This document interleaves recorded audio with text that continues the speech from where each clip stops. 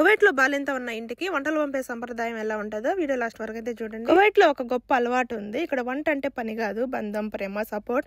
ఏ ఇంట్లో ఏ విషయం వచ్చినా మొదట వెళ్ళేది వంట బాక్సులతోనే. పక్కింట్లో బంధువుల్లో ఎవరికి ఏ విషయం వచ్చినా మన దేశంలో పండ్లు చేతిలో పెట్టరు, ఇక్కడ పూర్తిగా వంట బహుమతులు అయితే ఇచ్చారనమాట. ఈ వంటలన్నీ మా మేడంకు పక్కింటి వాళ్ళు అయితే పంపించారు. వాళ్ళే కాదు ఇంకా చాలా మంది అయితే పంపించారనమాట.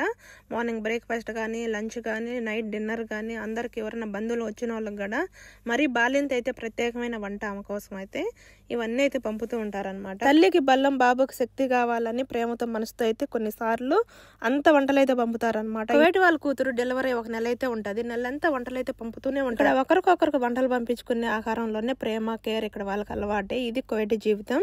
ఇక్కడ వంట రుచికి మించి మనసు ఉంటుంది. ఇది ఈ రోజు నా లంచ్ పక్కింటి నుంచి వచ్చిన చేపల అన్నము. ఇక్కడ పక్కింటి ప్రేమ ప్లేట్ లో వస్తుంది. మన దేశంలో మాటలు, ఇక్కడ వంటలు అయితే వచ్చాయి. ఇది ఈ రోజు వంటలు. ప్లీజ్ వీడియోకి లైక్ చేసి సబ్స్క్రైబ్.